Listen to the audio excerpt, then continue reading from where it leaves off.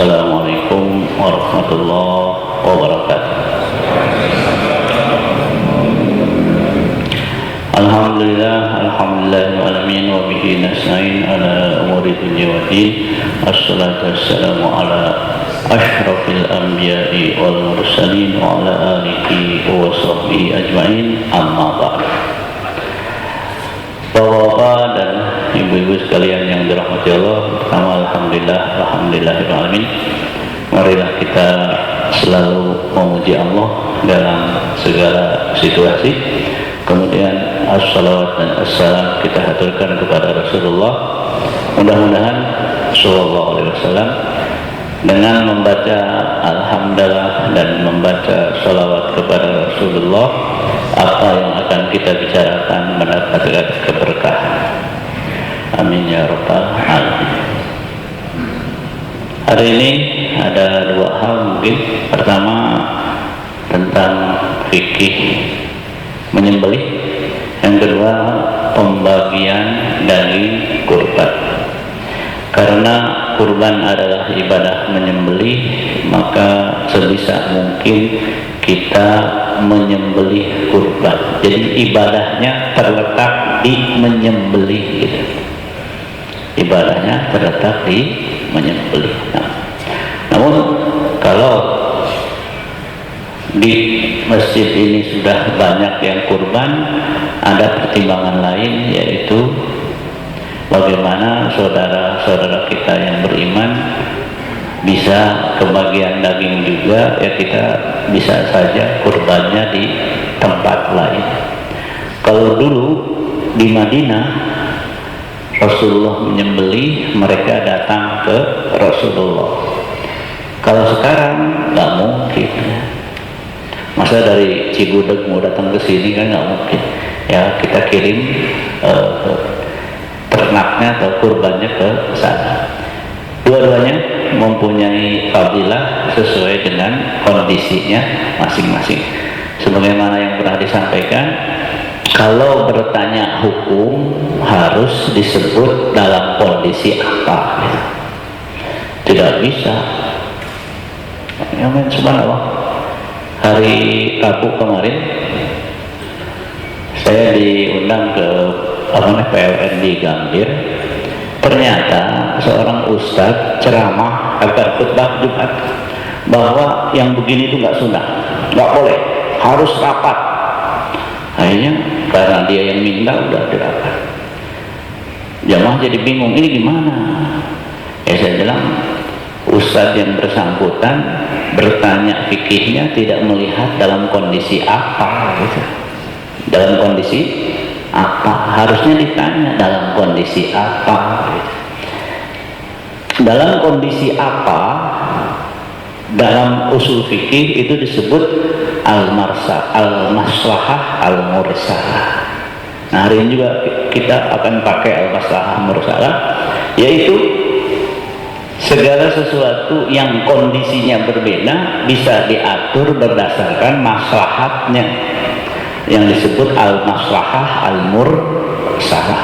Nah, nantilah kita perkenalkan ilmu usul fikih di Al-Hidayah ini. Nah, fikih menyembelih, prinsip menyelenggarakan kurban dengan ihsan. Nah, ini secara mungkin. Kenapa fikih menyembelih? Agar penyelenggaraan kurban memenuhi prinsip al-ihsan, sebagaimana Rasulullah bersabda, innallaha katabal ihsana ala kulli syai'in. Allah mewajibkan berbuat ihsan dalam segala hal. Ihsan profesional atau bahasa kita profesional, sebaik mungkin, sampai membunuh dalam jihad, yang membunuhnya sebaik mungkin ya. Jangan disiksa dulu, diulur, secepat mungkin lah matinya. Jika kalian menyembelih, sembelihlah dengan ihsan. Nah nanti akan ada pertanyaan, sembelih yang ihsan itu seperti apa? Ternyata tidak ada dalam hadis bagian mana yang disembelih, tidak ada. Maka saya bilang tidak selamanya pertanyaan bagaimana menyembelih yang sunnah, nggak ada. Yang ada al-ihsan. Bagaimana menyembelih al-ihsan? Ini nanti kita lihat hadisnya ya, bagaimana. Jadi tidak selamanya kalimat. Tadinya saya hari ini mau bicara apa? Fikih makanan, karena teringat kelepon nggak sunnah itu kan.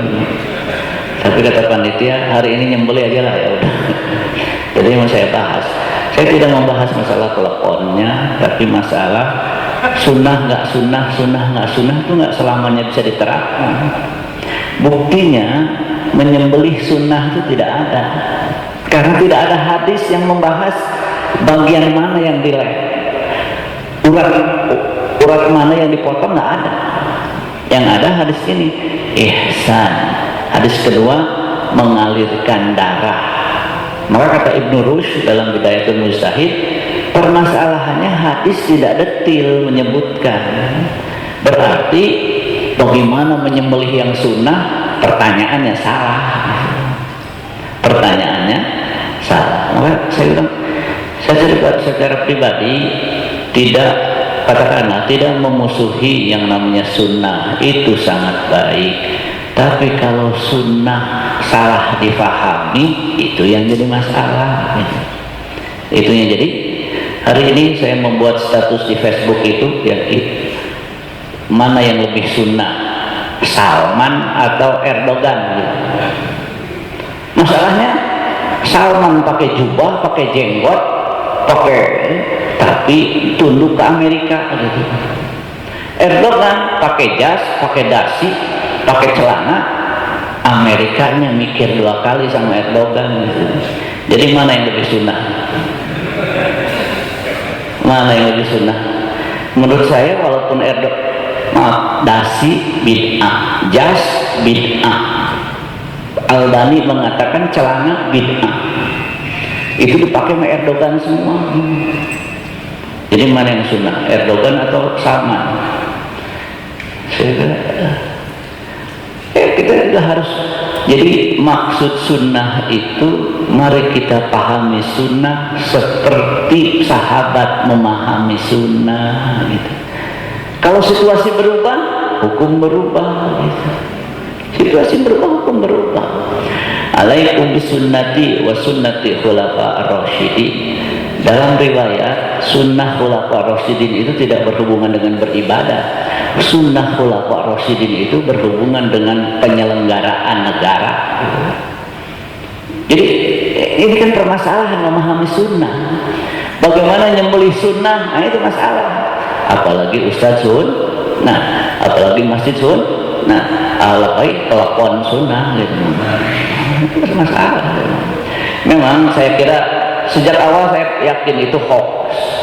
Tapi hoax itu dibangun di atas fenomena di tengah masyarakat. Saling membuli. Ini memang itu hoax, tapi hoax. Masa makanan pada yang sunnah nggak sunnah gitu kan. Kembali ada rahimahullah. Jadi prinsip al-ihsan. Mudah-mudahan nanti misalkan panitia rapat, kita harus sebaik mungkin dalam menyembelih. Itu bagian dari ibadah kita, al-ihsan. Kita tidak ingin melakukan sesuatu nggak bernilai akhirat. Semua harus bernilai akhirat. Sampai pakai masker pun ibadah. Makanya kalau ada orang nggak pakai masker, jangan ikut-ikutan. Kenapa?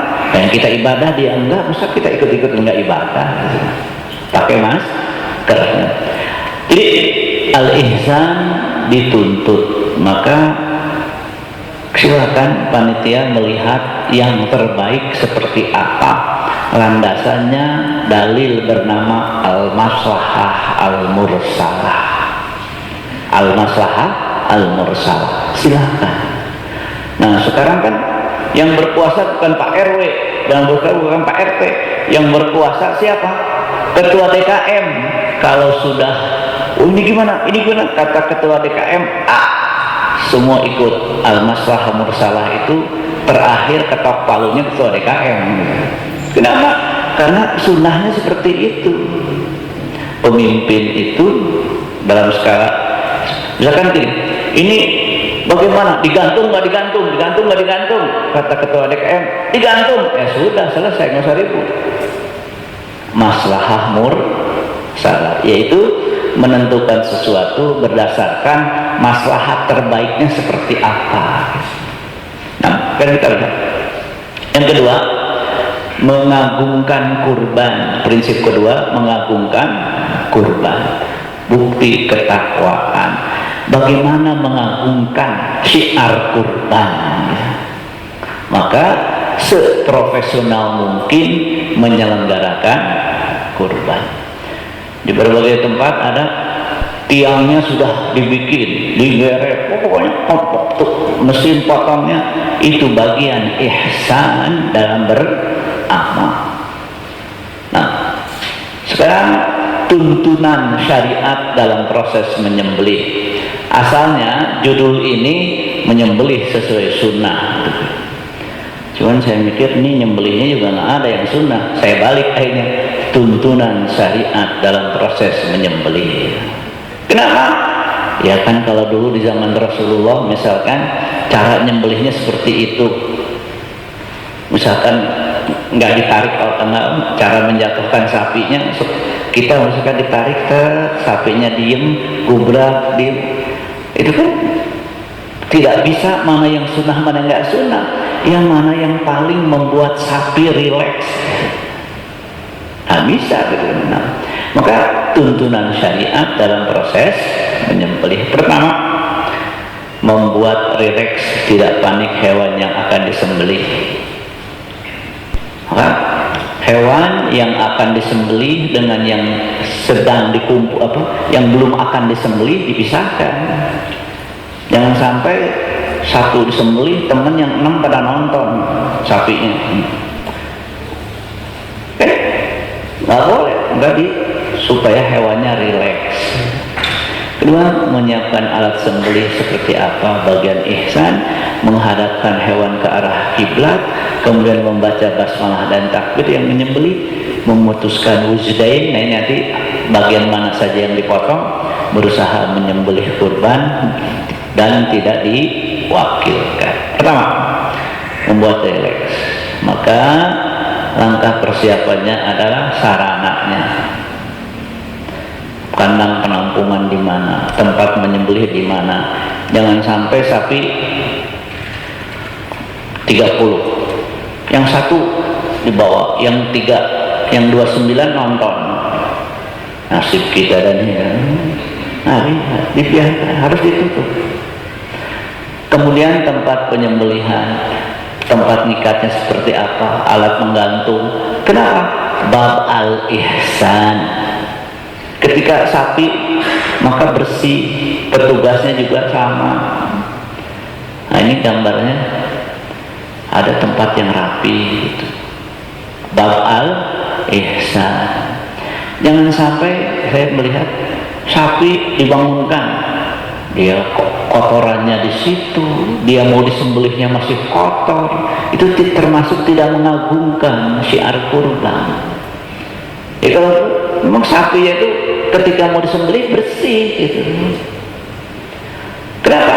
Ihsan, al-ihsan. Nah, kemudian ini jelas dalam hadis ini disebutkan Rasulullah menyuruh jangan mengasah pisau tanpa memperlihatkan kepada hewan kurban. Kita kan dengar asah pisau, ya sama, hewan juga punya perasaan. Depan sapi. Nah, apalagi depan domba yang kemarinnya nanduk yang akan nyembelih ini. Saya kira jauh. Kenapa? Ini membab adab-adab menyembelih. Dalam riwayat lain Rasulullah SAW pernah melewati seorang yang meletakkan kaki di leher kambing, kemudian menajamkan pisaunya, sementara binatang itu melihat, lalu beliau bersabda, mengapa engkau tidak menajamkannya sebelum ini? Jadi siapkan pisaunya. Saya kira di antara kita ada yang hobi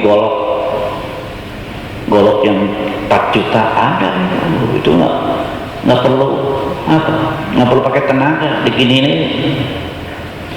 Kalau dulu kan rinso itu mencuci sendiri ya, kalau ini nyembelih sendiri ya gini ini udah gitu doang, nggak nyadar sangat tajamnya itu golok. Nah jadi nanti ada bagian penanggung jawab golok tajam, dia ngurusin itu doang gitu. Selanjutnya dari makom menyiapkan alat sembelih. Nah, tadi siapa? Tadi hadisnya kalau menyembelih yang membuat hewan itu mati secepat mungkin. Silakan. Jangan sampai. Dan harus ahli yang tahu tentang golok. Gitu. Karena pernah satu hari ketika dengan mahasiswa, saya sebelum menyembelih tanya, sudah diasah? Dia pede menjawab, sudah. Kemarin saya bawa ke pasar, katanya diasah. Saya juga nggak ngecek itu. Pas dinyembelih ya Allah, kulit sapi nggak mempan. Saya bilang nih kalau diangkat jadi nggak sah. Kalau akhirnya kekuat tenaga, jadi memang harus betul-betul dipersiapkan. Mimbab al ihsan. Kemudian, nah ini menghadapkan hewan ke kiblat, jelas. Jadi hewan itu dijatuhkan di sebelah kiri. Nah pertanyaannya, apakah menjatuhkan hewan seperti ini sunnah? Yang ada di zaman Rasulullah. Tapi menjatuhkan hewan seperti ini diikat sebelah kiri, ditarik, nanti jatuh ke kiri, kan tidak gampang. Nggak usah banyak komandan. Saya kira sudah sangat pengalaman di sini. Jadi kalau pertanyaannya bagaimana cara menjatuhkan hewan kurban yang sunnah, nah, ada ditemukan sekarang juga sih. Silakanlah berinovasi dalam hal ini. Yang penting hewan tidak stres ketika akan disembelih. Silakan saya kira. Ya subhanallah, sapi itu punya kelemahan. Ternyata kelemahannya di selangkangan belakang. Kalau selangkangan belakangnya itu ditarik oleh tali, diem dia nggak ngapa-ngapain, nendang juga malas gitu. Soleh banget itu sapi kalau yang belakangnya selangkangannya itu keikat, digini-gini dikit nggak usah dipaksa, jatuh sendiri, ya udah tinggal diikat. Nah, jadi ini makmullah, hewan yang hendak disembelih dihadapkan ke arah kiblat. Nanti posisinya yang akan menyembelih posisi kaki kiri berada di kepala, kaki kanan berada di badan. Karena memang Rasulullah dalam riwayat sebutkan Rasulullah terlihat kaki kirinya berada di kepala. Jadi hal seperti ini silakan tabarrukan mengikuti apa yang dilakukan oleh Rasulullah Shallallahu Alaihi Wasallam. Jadi jangan salah membaringkan hewan di atas lambung sebelah kiri. Jadi kalau kita lihat gambar yang tadi ini, karena talinya di sebelah kiri, dia jatuhnya ke kiri juga. Tak, gitu. Saya pernah ketika di Bandung, segalanya sempurna. Cuma bilang ini ada yang salah. Apa Ustaz? Jatuhnya ke kanan, harusnya ke kiri. Kenapa jatuh ke kanan? Ternyata tempat menyembelihnya itu nggak mungkin jatuh ke kiri, harus ke kanan. Udahlah sudah. Tapi tidak mengurangi sahnya sembelih, hanya kita ingin bukan sesuai sudah, mengikuti seperti yang Rasulullah lakukan, bertabaruk kepada yang Rasulullah lakukan. Menginjak kaki di leher hewan dilakukan oleh Rasulullah, bahwa kata Anas, Anas bin Malik, aku lihat beliau meletakkan kaki beliau di leher hewan tersebut, kemudian membaca Bismillahi Allahu Akbar, Allahumma hadza minka wa alaikaan, langsung nyembelih. Ada yang nyembelihnya golok dipegang, terserahlah, mau ditarik ke belakang terserah, yang jelas ihsan, ihsan. Ini kalau mungkin cara lama kepalanya, kalau kita jaga saya kira udah sangat ya, dijatuhkan ke sebelah kiri. Nah kira foto ini tepat ketika menyembelih, kaki kiri di samping kepala, kaki kanan di samping badan sapi menghadap kiblat. Bisa seperti itu kalau sapinya jatuh ke sebelah kiri. Kalau ke sebelah badan sebelah kiri. Nah. Kemudian jelas membaca basmalah dan takbir. Karena wala ta'kulu mimma lam yuzkar ismullah alaih. Jangan memakan sesuatu yang disembelih tanpa menyebutkan bismillah, dan ini wajib. Bismillahi Allahu akbar. Allahumma hadza minka wa ilaika an. Setelah itu sebutkan siapa yang akan berkurban dan pahalanya untuk siapa. Kalau tidak bisa menyebutkan satu-satu, sudahlah, untuk mereka semua selesai sesuai niat masing-masing. Karena kelamaan juga kan, satu kurban 7, 6, 2, 3, kelamaan, udah anhum selesai, tarik. Nah, jadi ini bismillah ini wajib. Nah, membaca takbir karena memang dalam hadis bismillahi Allahu akbar atau bismillahi Allahu akbar Allahumma hadza minka wa ilaika. Kalau tidak bisa hadiri penyembelihan, maka panitia memanggil nama, ini sapi fulan, tolong hadiri penyembelihan, ini ibadah nyembelih, silahkan. Nah, saat menyembelih dianjurkan menyebut nama orang yang jadi tujuan dikurbankan hewan tersebut. Jadi ini kurbannya siapa? 7 orang, paling 7 orang. Nanti yang 7, misalnya kalau sapi, pahalanya di-sharing sesuai dengan niat masing-masing. Nah, kemudian baca takbir dan nama-nama itu tidak wajib. Yang wajib bismillahirrahmanirrahim Allahu akbar. Karena sulit, misalkan ya sudahlah 7 orang saja atau anhum saja sudah cukup. Nah, ini menyembelih dengan cara tercepat untuk kematian sempurna. Sekali lagi, tidak ada hadis detail tentang mana yang dipotong. Namun menurut kedokteran hewan, yang paling cepat mematikan itu ketika 4 hal ini diputus. Ada urjaini itu yang kalau dipotong dia keluar darah. Sebelah atas, sebelah bawah, jadi kalau dipotong dia keluar darah. Al-mari, jalur makanan. Al-hulkum, jalur udara. Nah, yang jadi masalah, tidak ada hadis menyebutkan memotong tenggorokan dan memotong saluran makanan, nggak ada. Terus kok para ulama menyebutkan? Para ulama mengatakan bahwa hadis itu hanya mengalirkan darah. Yang mengalirkan darah hanya yang kiri kanan ini. Yang mengalirkan darah hanya itu. Terus bagaimana? Maka sebagian mengatakan putus yang mengalirkan darah tanpa saluran makan dan tenggorokan. Namun para ulama mengatakan sudahlah, nggak usah ikhtilaf. Semua sepakat kalau 4 ini diputus sah. Jadi supaya tidak menimbulkan perselisihan, disembelih dengan memutus 4 ini. Al-wudjaini di kiri 2, di kiri kanan di sini, dan saluran makan dan tenggorokan. Fatwa MUI mengatakan penyembelihan dilakukan dengan pisau yang tajam pada bagian ventral bawah leher 8-10 cm, kemudian sehingga tadi urat-urat yang digambarkan tadi semuanya terputus agar mempercepat kematian. Tidak boleh menambah luka untuk apa? Mempercepat kematian. Jadi gini, kematian hewan dengan 1 luka, yaitu sayatan di leher, tidak boleh ditambah. Kalau ditambah menjadi bangkai. Jadi bangkai dalam bahasa fikih adalah ketika disembelih tidak syar'i bangkai. Maka hati-hati, setelah menyembelih cukup luka di leher saja yang membuat kematian sudah. Nah, sering ada pertanyaan, bagaimana kalau diangkat? Sekali lagi, yang namanya diangkat itu sebetulnya sah.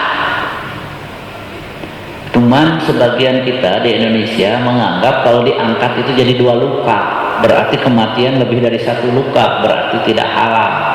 Kematian harus 1 luka, maka diusahakan tidak usah diangkat. sampai yang cukup ya sudah angkat gitu. Jadi supaya tidak menimbulkan ini. Kan yang susah itu sebetulnya bukan yang nyembeli, yang susah itu yang ikat. Yang nyembeli mah tinggal giniin doang gitu. Set gitu. Ada sebagian mahasiswa dulu takut nyembeli. Saya bilang sama dia, gimana mau nyembelih Yahudi, sapi takut. Gimana mau perang menyembelih sapi takut. Nah tadi mengangkat pisau sebaiknya hewan mati dengan satu luka. Prinsipnya yang jadi masalah, ada yang menganggap kalau diangkat jadi 2 luka. Maka kenapa panjang? Supaya satu tarikan selesai. Nah ini hindari saja diangkat gitu, agar tidak terjadi perselisihan. Kalaupun terjadi, saya pernah ketika mau nyapu, pas mau dipotong, tambangnya ngalangin. Nah, ini saya bilang kalau diangkat bisa jadi masalah. Ya udah diputus dengan tambang-tambang semua. Ya sebaiknya tidak ada yang menghalangi, nggak ada tambang, nggak ada apa. Dan dulu saya kira yang enak tuh begini. Ternyata yang enak tuh tarik begini, abadi panjang, udah selesai. Nah, karena dulu hobi nyembelih sapi ya, kalau domba mah gampang. Nah ini ilama zakkaitum itu yang kalian sembelih. Jangan membuat sayatan sebelum hewan mati secara sempurna. Sekali lagi, tukang jagal itu ingin matinya cepat, ditambah luka, maka tidak boleh. Seperti ini menjadi bahaya. Ya, kalau disayat sebelum mati, pertanyaannya, sapi ini mati, luka yang mana yang membuat dia mati? Nah, masalah kan? Dikorek lagi, nggak boleh. Saya pernah lihat tukang jaga ketika dia sembelih, kemudian darahnya itu kan tersumbat, dipotong lagi sama dia, ya nggak boleh, biarin aja sampai dia menikmati dengan satu luka. Gitu. Coba kalau begini jadi berapa luka? Kalau disayat sebelum mati nggak boleh, berarti ini bisa jadi bangkai. Dan saya lihat di YouTube ada yang begini, Allahu Akbar, takbirnya bergema, cuma nggak perhatian cara nyembelih. Setelah disembelih, disabat lagi, dikorek lagi, saya bilang ini masalah, bisa jadi bangkai gitu. Karena tidak boleh mati kecuali dengan satu luka. Menggunakan alat tumpuk, saya kira tadi sudah ini mengeluti hewan sebelum mati sempurna nggak boleh. Kata Rasulullah, la ta'jalu, janganlah mendahului ruh sebelum benar-benar. Jadi sini harus ada pengawas yang mengingatkan tukang jagal. Yang tukang jagal kan pengen cepat selesai, harus di briefing dulu. Jangan ada yang melakukan sesuatu yang di luar ketentuan syariat. Jangan menyayat sebelum mati betul-betul sempurna. Jangan ada luka. Ketika di Bantarjati, saya ingat sekali, waktu itu ada 5 sapi.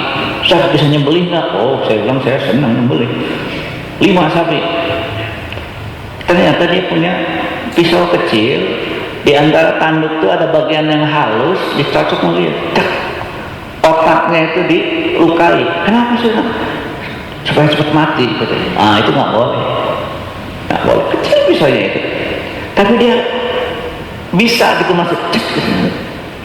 Ternyata dia ingin otaknya itu terluka, kemudian cepat mati. Itu nggak boleh. Nah, jadi yang para tukang jagalnya harus di briefing. Nah, menyembelih dengan cara melukai apabila sederhananya, kalau sapinya kabur nggak bisa ditangkap, sudah lukai bagian mana saja, kalau mati sah sudah. Kalau kabur, ya mudah-mudahan tidak ada yang kabur. Tapi kan kalau di YouTube ada yang kabur, yang namanya YouTube ada, semuanya ada gitu. Disembelih bangun lagi juga ada di YouTube. Jadi susah banget nih, tembak joger mati, nggak sempat sembelih, halal sudah, nggak ada cara lain. Nah terakhir, perempuan boleh menyembelih. Perempuan boleh menyembelih. Ini kalau perempuan menyembelih, bapak-bapaknya masa kita enggak? Ya udah, bapak-bapak yang menyembelih, kalau enggak perempuan yang menyembelih. Karena pernah seorang menyembelih dengan perempuan dan Rasulullah mengatakan, "Kulu, udah silahkan makan." Nah, jadi itu seputar bagaimana ihsan dalam menyembelih. Kenapa? Karena kita ingin mendapatkan pahala dari sisi al-ihsan. Dari sisi al-ihsan. Nah, jadi saya lupa filenya bukan yang ini, ada satu lagi filenya yang menjelaskan tentang hadis Rasulullah menyuruh mengalirkan darah. Kalau mengalirkan darah berarti yang dipotong itu bukan saluran makanan, dan karena nggak ada darah kan, di saluran makanan nggak ada darah, yaitu urat yang kiri kanan. Makanya tadi saya mengatakan bagaimana menyembelih yang sunnah dalam hadis tidak ada yang detil. Oleh karena itu kembalikan bagaimana ihsan menyembelih, bagaimana al-ihsan dalam menyembelih. Nah juga dari atas, dari bawah juga ya ukurannya wajar, ukurannya wajar. Kan ada kebiasaan yang nyembelih dapat kepala, gitu. Supaya dagingnya banyakkan dikit, turunin ke bawah, gitu kan. Jangan begitu, masa kepalanya jadi panjang. Nah lumayan kan dagingnya, ya yang wajar, ya wajar. Nah alhamdulillah itu tidak ada unta di sini. Kalau ada unta, cara nyembelihnya lain lagi. Karena unta, unta itu ya disebut an-nahru. An-nah yang pernah haji saya kira an-nahru seperti itu. Nah, ada lima kawan fikih daging dan pembagian fikih pembagian daging kurban. Begini, kadang-kadang kita menentukan sesuatu padahal Rasulullah tidak menentukan. Seperti sepertiga itu sebetulnya tidak diatur dalam hadis. Sebetulnya tidak diatur dalam hadis. Nah, sebelum lanjut ke sini, pertanyaannya adalah, saya ingin mengingatkan saja, kurban itu kemampuan apa keinginan? Kemampuan apa keinginan? Keinginan. Kita sepakat kan keinginan. Kenapa? Ya yang namanya manusia kalau ngitung-ngitung ingin apa enggak gitu aja. Ingin atau tidak. Ya kalau ingin jadi. Kalau ingin jadi. Nggak mampu ingin jadi. Ini juga sama. Pertanyaan saya sedikit. Walillahi ala nasi hijjul baiti man istata'a ilaihi sabila. Haji itu kemampuan atau keinginan? Kemampuan atau keinginan? Tapi kan mahal, tapi kan nunggu. Kemampuan atau keinginan? Sekarang ada nggak haji daftar tahun ini, berangkat tahun ini ada? Kemampuan atau keinginan? Kemampuan? Kalaupun ingin, yang nggak mampu jadi mampu gitu. Makanya seperti yang lain, bayar utang itu keinginan apa kemampuan? Sama. Makanya yang bayar utang itu, yang membayar utang gini, kalau dia berniat membayar dan berusaha tapi tidak mampu bayar, Allah maafkan. Masalahnya keinginan. Saya nggak mampu, saya nggak mampu. Makanya kadang-kadang kita rubah paradigmanya. Apa dirubahnya? Keinginan apa kemampuan? Jadi yang belum berniat kurban, keinginan atau kemampuan? Keinginan. Boleh minjem dulu? Boleh. Bagaimana hukumnya? Beli hewan kurban kredit? Boleh. Kan lebih baik kita nabung, kurbannya tahun depan. Emang masih hidup? Ada yang jamin masih hidup? Ya udah, dengan kredit gitu ya. Ya mudah-mudahan kalau meninggal dimaafkan. Ya masalah keinginan, masalah keinginan. Kembali fikih dari pembagian ini. Sebetulnya ada yang lebih detail ya tentang bagaimana supaya daging itu bersih. Gitu. Saya walau sama-sama kita pernah punya pengalaman terbaik diantaranya daging terenak itu tanpa disentuh air. Jadi kalau mau bikin sate jangan tersentuh air, kalau mau bikin sop terbaik jangan tersentuh air, jadi jangan dicuci. Bagaimana mengulitinya bersih, hanya digantung dikuliti. Oh itu yang nggak jago masak saja jago masak. Kenapa? Karena memang daging yang fresh tanpa dicuci itu yang paling. Jangan sok bersih, bersihnya justru yang enak tuh yang nggak dicuci. Cobain, dan boleh. Saya ingin ingatkan, kita boleh membaginya kepada yang tidak beriman. Dalam Quran ada dua. Pertama, kulu minha, makanlah. Pekurban memakan. Yang kedua, wa'at'imu al-ba'is al-fakir, memberi makan fakir miskin. Dua dalam Quran. Kalau dalam hadis tiga. Dalam hadis tiga, kulu wadakhiru watasaddaq, makan, simpan, bersedekah. Tiga. Permasalahannya harus sepertiga. Kenapa? Karena perintah tidak selamanya wajib. Kalau begitu, satu-satu. Bagaimana hukum memakan daging kurban bagi pekurban? Kan kulu. Bagaimana hukum bersedekah fakir miskin?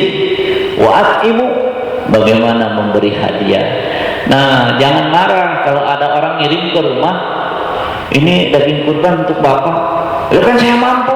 Daging kurban itu bukan kayak zakat. Insya Allah kurbannya sampai kepada mustahik. Ini kurban zakat atau gimana? Bukan, kurban itu kan zakat. Orang kafir pun boleh dikasih. Boleh dikasih. Ya kali aja dikasih kurban dia masuk Islam juga. Karena kita ini harus punya rasa kasih sayang sama orang kafir. Yaitu apa? Kalau mau masuk Islam ke neraka gitu. Dan harus yakin, kasihan orang kafir itu, kasihan banget. Apalagi kafir miskin, kasihan banget. Udah di dunia miskin, mati ke neraka gitu. Cuman kitanya nggak pede, nggak gara-gara lakum dinukum. Jadi lakum dinukum bukan semua agama benar, bukan. Lakum dinukum itu kalian boleh memilih mau berislam atau tidak. Kalau tidak masuk Islam ke neraka. Kira-kira pilihan atau paksaan? Ya orang, ya nggak apa-apa masuk. Tapi kalau masuk saya kebukin kamu. Suruh milih apa enggak? Enggak. Nggak apa-apa nggak berislam, tapi ke neraka. Suruh milih bukan? Bukan. Nah, Hanafiyah dan Hanabilah sepertiga. Tapi kata Syafi'iyah enggak. Boleh tidak memakan sama sekali juga. Kalau tidak wajib. Oleh karena itu, ya kalau mau ngambil berkah ambil sedikit. Kalau ke lembaga ya silahkan saja sudah. Dibolehkan untuk tidak memakan daging kurban. Hukum memakan tadi, udah silahkan saja. Jadi tadi sepertiga tidak ada aturan yang baku, silakan saja sesuai kebijakannya. Bagaimana masalah mursalah tadi, silakan. Kemudian apakah pekurban wajib memakan dagingnya? Tidak wajib. Bahkan kalau mazhab Syafi'i lebih baik disedekahkan untuk yang fakir miskin, apalagi lagi Covid seperti sekarang, lebih baik disedekahkan. Hukum bersedekah Imam Syafi'i kan wajib gitu. Ini kurban apa pesta dagingnya? Kenapa? Ya dia doang yang makan, yang lainnya dibagi. Kata Imam Syafi'i wajib dibagikan. Wa'at'imu al-ba'is al-fakir. Kemudian hukum menghadiahkan daging kurban juga boleh tapi tidak wajib. Nah ini orang kafir boleh mendapatkan daging kurban. Namun udah tersayup-sayup adanya. Nah ini nggak boleh. Sedekah kurban domba pengen sapi, ini nggak boleh. Kalau dia kurban domba pengen sapi, seperti orang lain dapat kupon, seperti itu dia dapat. Bagiannya segitu doang, nggak boleh. Kan saya domba, tapi saya nggak suka domba, kurbannya sapi. Jadi tidak boleh. Atau yang sebaliknya, nah kalau sebaliknya jarang. Kenapa? Karena orang Indonesia lebih senang daging sapi. Nah, jadi dari makolah sekali lagi mudah-mudahan ihsan dalam beramal. Tadi masalah pemotongan, masalah penempatan daging itu juga ihsan. Kalau bisa tidak perlu dicuci itu daging. Kenapa? Karena memang dikulitinya dengan cara yang bersih dan nggak perlu dicuci gitu. Maka saya hidup lama di Sudan, orang Sudan tuh nggak ada yang namanya masak daging dicuci dulu, nggak ada. Dan enak banget. Cobain aja. Dulu saya tukang masak dulu. Pernah bikin bakso satu sapi, dibersihkan dagingnya, dapat 33,5 kilo, ada setengahnya. Saya bikin bakso, saya bikin. Karena yang namanya mahasiswa di luar negeri itu kalau nggak bisa masak yang nggak makan. Sekali lagi selanjutnya, hukum pekurban menjual kulit. Pekurban nggak boleh jual kulit, nggak boleh. Panitia boleh. Ya. Jadi yang jual panitia. Hasilnya untuk apa? Terserah panitia. Yang tidak boleh adalah hasilnya untuk upah. Sedikit masalah upah. Panitia, oh ini panitia dapat 5 bungkus, berarti yang 4 bungkus itu upah. Nggak boleh, karena upah itu mendapat sesuatu dari kerja. Panitia sama, dapatnya satu-satu juga. Nah kalau misalkan dimasak bareng, ya silahkan, mau siapapun boleh makan, jangan panitia aja. Kalau panitia ada, jadi upah lagi gitu. Jadi kalau gimana kalau kita masak, ya udah masak, silahkan. Pekurban itu menyerahkan kepada panitia, panitia sudah silahkan, terserah panitia mau diapakan. Jadi dari makullah, saya ini yang saya sampaikan pada kesempatan kali ini. Jadi prinsipnya gini saja, al-ihsan, seprofesional mungkin. Dan prinsipnya tadi, seandainya daging itu mau dimasak, tidak perlu dicuci lagi karena memang bersih, tidak menyentuh tanah, tidak menyentuh hal yang harus dibersihkan. Tambahannya, salah satu ibadah kita di COVID-19 adalah protokol kesehatan. Protokol itu ibadah kita. Ibadah al-akhdhu bil asbab, ibadah. Barakallahu li wa lakum. Mohon maaf seharusnya saya diminta pagi-pagi ya supaya bisa santai, tapi ya memang ada masalah.